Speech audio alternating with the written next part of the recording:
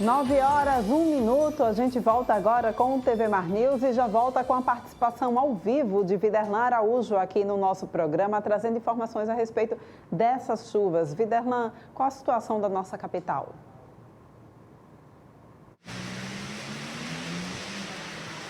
Olha, Porlane, bom dia para você, bom dia para os telespectadores da TV Mar Canal 525.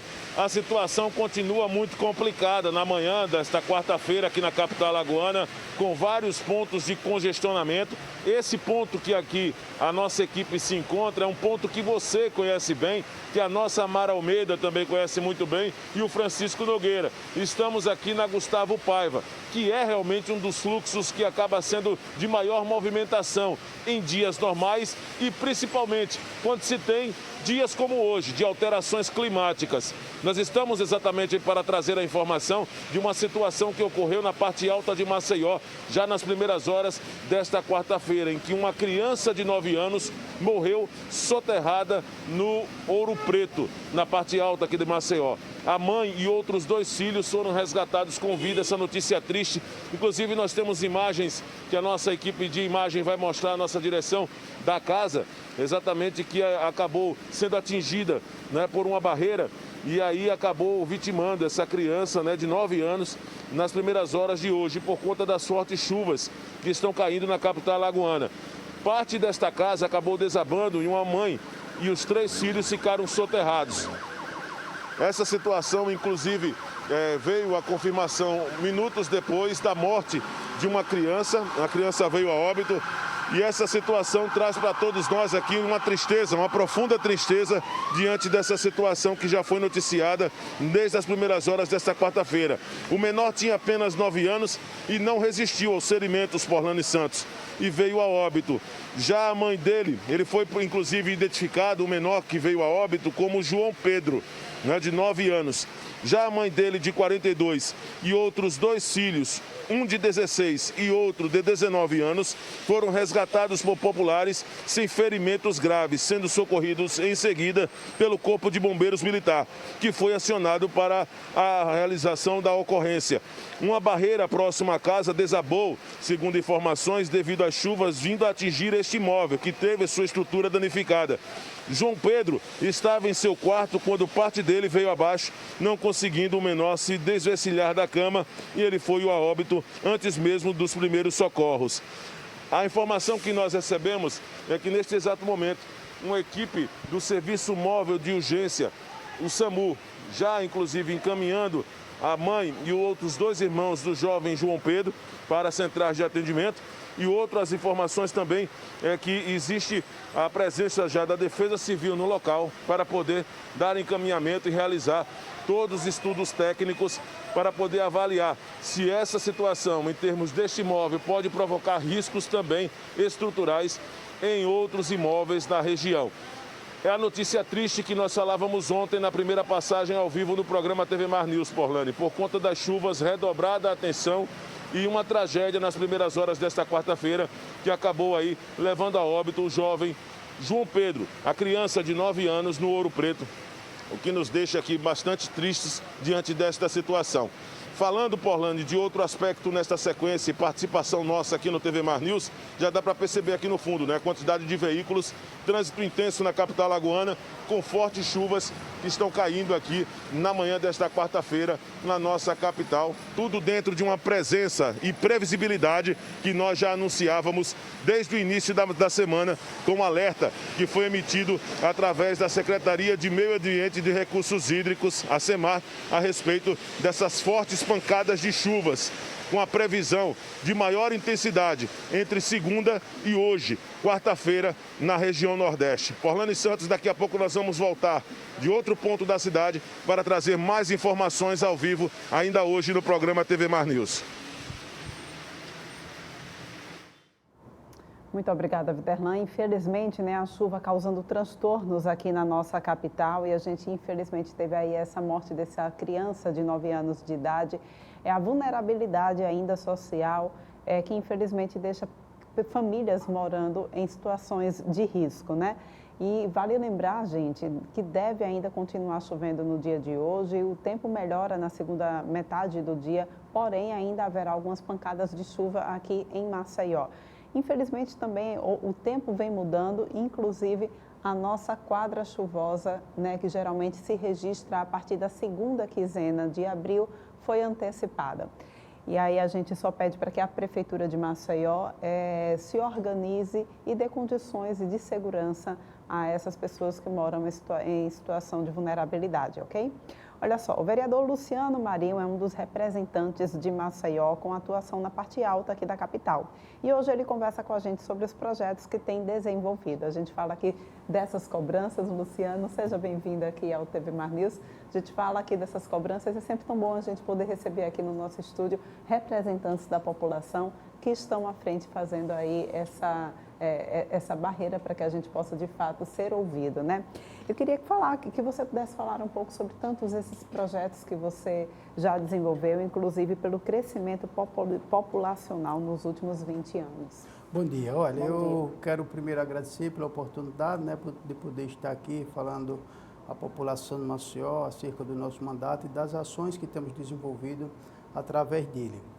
Nós temos uma atuação como parlamentar hoje em toda a cidade, né, mas com foco muito maior lá na região da parte alta, e principalmente no bairro Cidade Universitária, que é um bairro que hoje é um dos mais populosos de Maceió. No entanto, carrega também grandes problemas estruturais. É um bairro que concentra lá hoje mais de 100 mil habitantes, muitos investimentos e grande parte deles, com grande participação do nosso mandato, tem ido para o bairro de 5 anos para cá, ao longo desses últimos 5 anos, investimentos públicos, investimentos privados, né? A saber apenas em obras de pavimentação, drenagem, esgotamento sanitário, de 5 anos para cá, período de duração do nosso mandato, né, de existência do nosso mandato, estão sendo investidos ali mais de 60 milhões nessa área, em pavimentação, drenagem, esgotamento sanitário. São investimentos públicos, além de equipamentos públicos também, como CMEs, escolas, lá naquela região que é muito carente desses equipamentos, lá em todo o bairro Cidade Universitária. E investimentos privados, né? O crescimento populacional lá naquela região tem atraído a atenção de empresários, pessoas que têm investido, gerado emprego e renda lá naquela região. E para a gente tudo isso é motivo de muita alegria. Pois é, e a tendência é que continue a crescer, né, Luciana? A gente sabe aí que o espraiamento da cidade tem aumentado cada vez mais, inclusive com investimentos também do setor imobiliário, a construção civil, que voltaram a aquecer, são setores que voltaram a ser aquecidos, e a tendência é que essa situação continue a crescer, inclusive com chegada de shoppings. Eu lembro há poucos anos atrás, a gente tinha apenas um único shopping aqui na nossa capital. Hoje a gente tem aqui 3 grandes shoppings com o plano, né, de chegar ainda mais. É verdade, é verdade. Eu, assim, como resido, né, na parte alta, temos outros vereadores também que são daquela região, da parte alta, uma região que tem crescido muito. Eu tenho feito uma cobrança assim de forma muito veemente ao Poder Público Municipal, ao Poder Público Estadual, para que aproxime as políticas públicas lá naquela região. Né? Com essa situação da Braskem, nos bairros de Mutange, Pinheiro e Bebedouro, que afetou milhares de famílias, grande parte dessas famílias foi morar lá naquela região, na parte alta, no Benedito Bentes, no bairro Cidade Universitária, Santa Lúcia, né? E leva para lá, à medida que aumenta a população, aumenta também as demandas com relação à saúde, com relação ao transporte, à educação. E o crescimento natural, além desse desastre que aconteceu empurrando, obrigando essas famílias a irem morar lá na parte alta, né? O crescimento natural que aquela região tem tido. É importante que o poder público ele acompanhe esse crescimento com as ações, com as políticas públicas que as pessoas precisam no dia a dia. Então, essa tem sido minha principal luta com relação, principalmente ao poder público municipal, que executa as políticas que as pessoas mais necessitam no dia a dia, política de saúde, política de transporte, política de educação, de lazer. Temos cobrado muito através de reuniões, de audiências públicas, de indicações, de requerimentos, aquilo que está ao nosso alcance e que é o nosso papel, enquanto representante popular, na condição de vereador, temos feito. Pois é, né? É a questão do crescimento ordenado. Se vai crescer, é preciso que cresça de forma ordenada, porque a nossa cidade precisa de ordem, né? Você também tem, inclusive, lutado pela revitalização do terminal de ônibus lá no Graciliano Ramos também. É uma outra comunidade atendida por você, né? Sim, o setor de transporte, tanto com relação ao transporte em si, né, que dá condição de deslocamento às pessoas, ao trabalhador, à dona de casa, o estudante.